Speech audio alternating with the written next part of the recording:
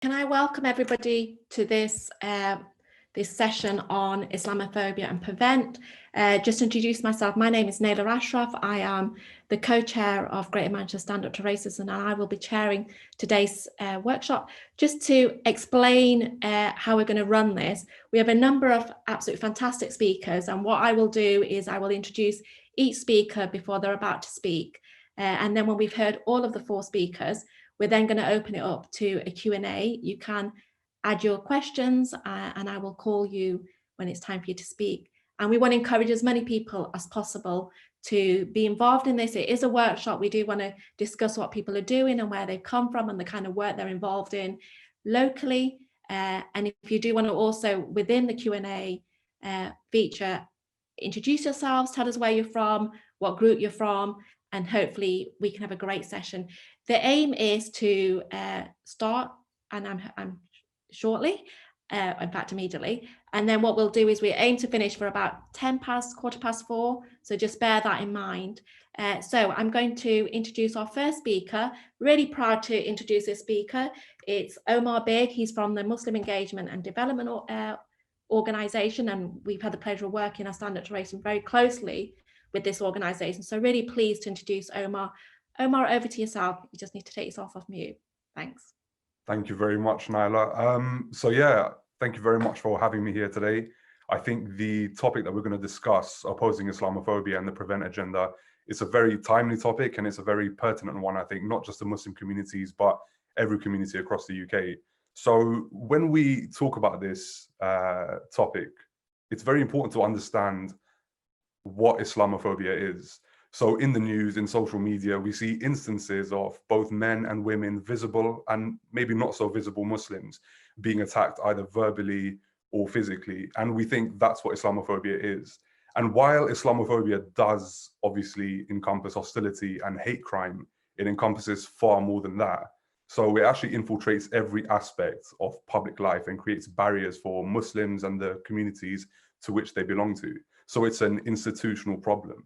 Now, when we want to understand and dissect what institutional Islamophobia is, I think it's very important that we link to and try to understand what institutional racism is.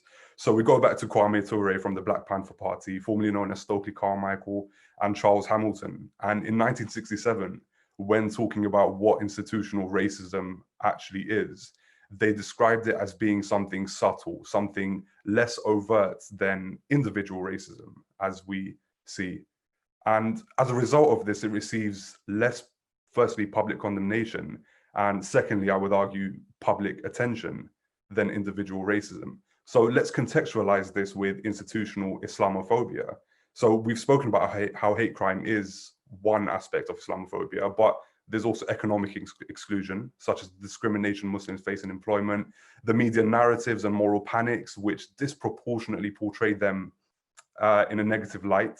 And then we move on to the realm of policy, so security and counterterrorism. And this is where Prevent comes into play. So for those who may not necessarily know what Prevent is, it's part of the government's broader counterterrorism strategy called Contest. And the aim of Contest is to protect the public against acts of terrorism. And whilst this is an aim I'm sure all of us in society can get behind, the unfortunate reality is that Prevent, rather than fulfilling its aim, has actually, I would argue, mutated into a vehicle through which Muslims are securitized, ostracized, marginalized, and posited as the suspect community within the UK. Now, you might ask, why am I talking about Muslims when it comes to Prevent? The data speaks for itself. A British Muslim is 41 times more likely than a non-Muslim to be referred to Channel, which is the next stage up from Prevent, despite the fact Muslims make up around 5% of the population. So there's a gross overrepresentation of Muslims within Prevent and all of its mechanisms. Now, Prevent has several flaws, and I'm sure my respected co-panelists will explore these further, but I want to focus on just a few. So let's start off with how it operates. So it enforces a statutory duty on public bodies to have due regard for what is termed signs of potential radicalization. So that essentially means schools, universities, prisons, local authorities are placed under a duty to report those who they suspect may be vulnerable to radicalization. Now, for those of my colleagues in the education sphere, like the NUS, for example, who have done studies on this, they've noted how Prevent impacts on free speech. They've noted how it impacts on political engagement, because it creates a situation whereby Muslim students and activists will censor themselves out of fear of being referred. Now, you might ask, how does this operate in practice? So let's say someone asks a question about foreign policy or expresses a strong opinion on British foreign policy. Well, the lack of definitions, viable definitions for extremism and radicalization has led to a situation where this can be seen as a sign of being drawn to political violence. There are case studies where someone, for example, has criticized foreign policy or has started wearing the hijab or gone to Hajj, the pilgrimage to Mecca, or has started taking more of an interest in certain news channels, which may be in the Arabic language. These have all been seen and documented as signs which could lead to them being engaged in political violence. It's a very unfortunate sort of effect of Prevent, that it criminalizes people for expressing these opinions or whatever. So we've got research by Warwick University, which actually looked at counterterrorism in the NHS, for example, and 70% of the respondents in that study were either likely or very likely to refer someone for possession of an Islamic or anarchist philosophy book. Now, this is an important point to make, because under the Prevent training program, whilst it doesn't indicate this as a factor indicative of radicalization, what it shows is that Prevent has engendered and fostered these views in society whereby Muslims are seen and held in a suspicious way. Now, while on its own, this might seem as something not that serious, the reality is there's an over-representation of Muslims in a false way under Prevent. So a lot of false positive referrals. Out of the 6,093 people referred to Prevent in 2017 and 18, only 5% went on to receive channel support. And why this is damaging is that this sticks with them for the rest of their lives. A recent study by Dr. Hilary Aked found that colleges in Manchester were secretly agreeing to share data of people just referred to Prevent. Okay, now this is something that sticks with them for the rest of their lives. Wherever they go, this data will be shared, and the fact that they've been referred will hold on to them, unfortunately. So yeah, ultimately, if we want to combat Islamophobia, we need to look at all of its forms and manifestations. So right now we see the tip of the iceberg in terms of hate crimes and hostility, but there's so much more beneath the surface which we need to tackle and address. So yeah, I'm sure my co-panelists will do more justice into this topic, but yeah, that's just an overview of how it operates. Thank you. Thanks so much for that. And particularly thank you for sticking to the time. That was really spot on. I didn't even have to ask you to wrap up. And now really, really proud to introduce my next speaker, who I consider as a friend, but also an inspiration, has, you know, done so much to break the myths around Muslim women and how we're apparently so oppressed. So over to you, Salma Yaqoob, who was, and I think was very heavily involved and probably started your campaigning life through Stand Up to Racism in Birmingham. So Salma. Thank you, Nahella, for that lovely introduction. Can I just say thank you to everybody who's joining us today for this international conference against racism. It's so important that we are together at this time in solidarity. So many people have become inspired through the Black Lives Matter movement, and many people have been asking, how come this long overdue conversation is taking place now? Why hasn't this happened before? How is it that we have such blatant prejudice actions by individuals, when we saw, for example, George Floyd's murder being recorded, so blatant was it? But as Omar has pointed out, this is not just about individual actions, it's about institutionalized racism. And what Black Lives Matter is highlighting is the way structures enable individual prejudices and indeed provide the context and nurture certain individual prejudices such that they get to the point of verbal or physical violence. And the topic today for this particular panel is Prevent. And for me, Prevent represents the institutionalized version of racism, in this case, particularly against Muslims. But the way the structures have been set up, it actually means that all those people who may not fit in to what is considered mainstream political narrative, will end up being targeted. And this is not just some kind of alarmist narrative. Lindsey, who will be speaking today as well, will recall that when Stop the War Coalition was initially set up, we had three aims. One was to stop the war. Second was to stop the racist backlash, because it was predictable then that Islamophobia would increase. And thirdly, to stop the attacks on civil liberties. And for me, PREVENT symbolizes the way those elements have come together, because we must remember the roots of PREVENT actually were the Labour government, who at the time was going into Iraq. So this hasn't just come out from nowhere. It's not just happened in some vacuum. It was part of the government's attempt at that time to take away the politics of its foreign policy and say that the reasons for extremism, the reasons for violence carried out by Muslim individuals was their actual faith. It's about a clash of civilizations, clash of ideology, the kind of arguments that various neoliberals were putting across. And what's sad is that despite it being totally trashed, there has not been any clear evidence base for its inactions, even after years of it being implemented. In fact, if anything, the research shows the very opposite. Even the United Nations Human Rights Rapporteur has said this is a divisive policy, and in fact may bring about the very harm it's supposed to be preventing.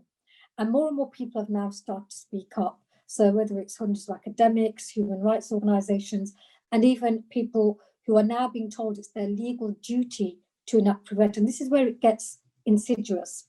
Because if you have been caught in its net, you may think, well, why is it so dangerous? But since 2015, the fact is all public sector organizations, whether it's in the health service, education, police, you name it, anywhere the state has some input, it is now a duty to adhere to PREVENT. And PREVENT gives license, not just license, it actually mandates people to question and be suspicious purely on instinct, because as Omar has pointed out, there is no actual definition, legal definition of what constitutes extremism. So for example, I've taken part, I work for the NHS, I've seen these slides where suspicion could be because somebody starts to pray more, because they grow their beard, because they question foreign policy. Now, if that's not dangerous, I don't know what is. I mean, I grew up in the 80s and I remember the Soviet Union being condemned for the way it psychologized its security apparatus, where people were deemed undesirable because of their politics, you know, so they were kind of described as mentally ill and dangerous. And now we have a situation where your political beliefs now render you a security risk, not because there's any evidence that you are going to carry out a violent crime. So this is pre-crime territory, and that's why it's so insidious. And so now we have cases of 4-year-olds being referred to PREVENT because of some drawing they did. I know of cases as young as 8, 9-year-olds simply for expressing an opinion being referred to by their teachers, to police, to social workers in the name of PREVENT, without their parents even knowing. And I can tell you, as somebody who works in the mental health service, that the impact of that on families, on individuals, is absolutely horrendous. So forget about the sense of belonging being reinforced by PREVENT and helping social cohesion. It's doing the very opposite. And that's why it's so important that the anti-racist movement, as we stand in solidarity with Black Lives Matter, takes a very clear stand of solidarity with Muslim communities who are on the front line of this particular institutionalized racist policy. But don't forget that most recently it's been Extinction Rebellion. It's been people standing against the encroachment of civil liberties who have now been ensnared in the PREVENT policy. So what we warned about years ago, sadly, is now coming about. So my plea to people here and my urge is that we need to stand up. It's not easy because it is now actually a law, a legal requirement, and therefore it's going to be a more challenging issue to take on, but it's one that we must. Thank you. Thanks so much for that, Salma. Lots for us to think about there. Now, my third speaker I'd like to introduce is a personal hero of mine. And I have to say, if it wasn't for the fact that I met Lindsey German so many years ago, I wouldn't be involved in activism today. Lindsey's been a lifelong campaigner against wars, oppression, and inequality. And she is here speaking on behalf of the Stop the War Coalition. Lindsey German, over to you. Thanks very much, Nahella, and it's great to be on the panel, and thank you very much for inviting me.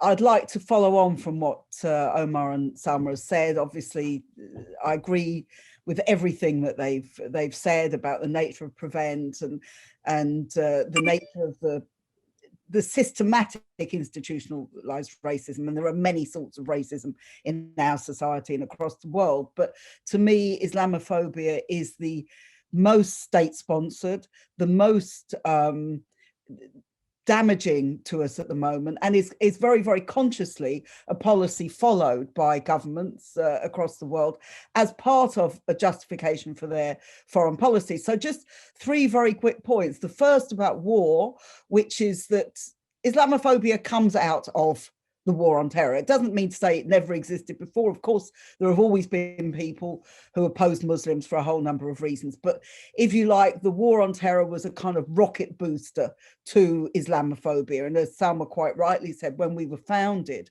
we had these three slogans: stop the war, stop the racist backlash, and defend civil liberties. And these two, the wars are still going on. This isn't the scope of the talk we've got here today, so I won't say any more about that. But the other two have become much more important issues in the nearly 20 years now since we first had the war on terror launched. So very, very important we understand this connection and understand that it's Islamophobia is constantly kind of recreated because of the wars. You know, that Muslim equals extremist equals terrorist is now something that we find all the time. And rather than looking, you know, it's easy for us all to condemn terrorism, and I'm sure we all do condemn terrorism. But instead of looking at the root causes of terrorism, instead of looking at why people do these things, instead of looking at why the particular countries are targeted by Western imperialism in particular, it's just looked at as simply there are a lot of bad people around, and that lots of them happen to be people with beards, with hijabs, with this kind of approach. So that connection, I think, is something we should never lose sight of, and it's very, very important for us to understand.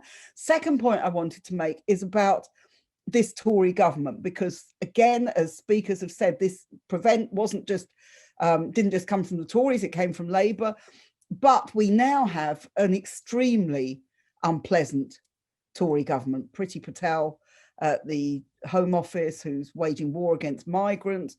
Boris Johnson, who has a long, long record as an overt racist and quite happy to side with Donald Trump over all sorts of things, to use racism in all sorts of ways.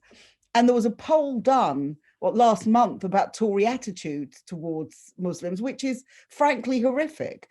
And it's horrific because it shows that 6 out of 10 of the people, nearly 6 out of 10 of the people interviewed who were Tory party members, believe that there are parts of the country which non-Muslims cannot enter and which are ruled by Sharia law. Now, when you have the ruling party having lots of members who believe this kind of thing, nearly half of Tories also believe that Islam is a threat to the British way of life, you have a very serious problem here. And it's the EHRC was asked by the Muslim Association of Britain, which submitted 300 complaints, to do an investigation into the into Islamophobia and Tory party, and has refused because the Tories are supposed to be putting their own house in order. Well, I don't think we should wait too long for that to happen, and I don't think we should put any store in their ability or their desire to do so. It's my second point. The third point I'd like to make is about the general attacks on civil liberties, not just the question of Prevent. I think the point that Salma makes is very important, that every public institution now measures Prevent and now uses Prevent. And this is, if this isn't institutionalized racism, if it isn't institutionalized Islamophobia, I don't really know what it is. But also there's a whole number of repressive and restrictive legislation that have gone through Parliament recently, most notably this week, the Spy Cops, or the so-called Spy Cops bill, which is about allowing infiltration of organizations, branding organizations as extremists, giving secret services carte blanche to behave in ways that in ways which I think we should find unacceptable. And I think it is a terrible shame that Labour abstain, or apart from 34 MPs, and all credit to those MPs, including Jeremy Corbyn, which doesn't surprise me in the slightest because he's always stood up over these issues. Only 34 Labour MPs opposed this legislation. That is a very serious situation that we're now in. And therefore, I've got a minute remaining. I would just say this, that we have a duty and a responsibility, and also it should be absolutely basic for us, that we have to campaign around this issue. We have to campaign around prevent, we have to campaign around the other attacks on civil liberties, and we have to campaign against this insidious thing. I was reading a very interesting article the other day about how Muslims were portrayed in the arts and on television. And one of the signs of liberation, as this article quite rightly pointed out, for Muslim women is that they take their hijab off. And that's a sign that they've moved away from, old-fashioned religious ideas towards modern ideas. Now, we're on a panel here with 2 women with hijabs on and 2 women without hijabs on. I think I can confidently say, knowing all of them fairly well over the years, as Nahella says, we've worked together, all of us, for many, many years. I can confidently say I don't think wearing hijab or not wearing hijab shows anything about your ability to campaign, your ability to organise, your ability to speak out. So we've got to unite here. This isn't about Muslims fighting on its own, it's about all of us fighting. And I'm very, very pleased to be part of that. Thank you. Thank you so much for that, Lindsey. And now my final speaker, really proud to introduce another lifelong activist against war and always holding our government to account. It's Kate Hudson from the CND. Kate, over to you. Thanks very much indeed, Nahella. And I'd like to say thanks to Stand Up to Racism for organising today's event. It's a really fantastic series of panels and sessions. And solidarity on behalf of CND to all those of us here today confronting racism and Islamophobia. They remain huge challenges. And following on from those excellent contributions, I'd just like to make a few quick points about aspects of the prevent strategy, which Salma very briefly touched upon, because where we're coming from as a campaigning organisation, prevent poses major threats to our civil liberties, in addition to its deplorable institutionalisation of Islamophobia. And if you look into the detail of prevent, one of the main things is that it says it requires people to actively promote fundamental British values. And I have to say, what are these values and who has defined them? And in fact, British values, so-called, are not defined by law. So there's no legislation telling us what that is. But they are referred to in the government's definition of extremism. And the government defines extremism as vocal or active opposition to fundamental British values, including democracy, the rule of law, individual liberty, mutual respect, and the tolerance of different faiths and beliefs. Now, that may sound like a broad, unreasonable definition, but the notion of fundamental British values has the potential also to cover a huge range of ideas and activities which are absolutely part of fundamental human values, whether they're British or from any other country or background. So I'm thinking, for example, of the right to protest, the right to challenge and change government policies, whether it's foreign policies, as Omar mentioned, or to defend our civil liberties, and above all, the right to challenge the establishment and say that their values are not our values. That seems reasonable to me. And I'm sure we can think of many of their values, the establishment's values, that we don't share. So, for example, they think it's okay for them to personally own many houses while so many people are homeless.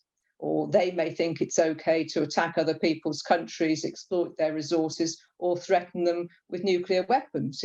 That's not a value that I share. And it's not far-fetched either to think that government is going in the direction of restricting our rights and using the extremist label on campaigning organisations. And of course, Lindsey's mentioned spy cops, which is part of this whole approach. And earlier this year, there was an attempt to use this extremist label on campaigning organisations, when, you may remember it, the symbols of many campaigning organisations, CND among them, were included on a police counter-terror list. And the crime, you know, there was XR, Greenpeace, Stop the War, everybody really was on there that you want to be part of. And the crime was being anti-establishment. So how is it defending the value of democracy, which we're supposed to do, if you criminalise those who challenge existing laws and attitudes, or would like to see a more equal and just society? You know, it just doesn't fit together. It's just a terrible, hypocritical approach to values and decency in society. And of course, currently there's also the risk with the Coronavirus Act this year. It limits parliamentary scrutiny, it gives the government unprecedented powers. And it's worth noting the recent Tory education advice to schools. They say they shouldn't use resources produced by organisations that take extreme political stances. Well, this raises serious questions for those of us like CND that provide resources for use in schools. We take no extreme political stances whatsoever. But again, it comes back to who is making the definition of what is extreme, or what are British values. And if it's a government that thinks it's okay to have weapons of mass destruction that can kill millions, then this may become a problem for CND, and particularly for those of us who embrace our right to civil disobedience and non-violent direct action.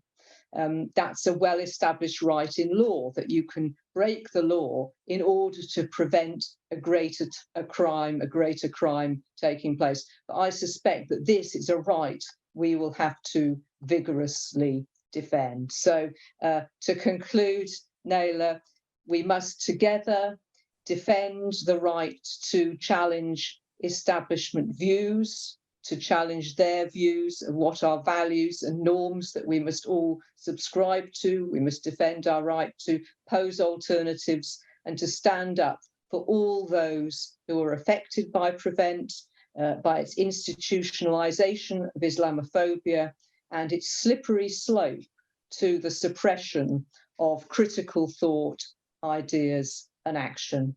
Thanks very much. Thanks so much for that, Kate. And that was an absolutely fantastic roundup from our panel of speakers.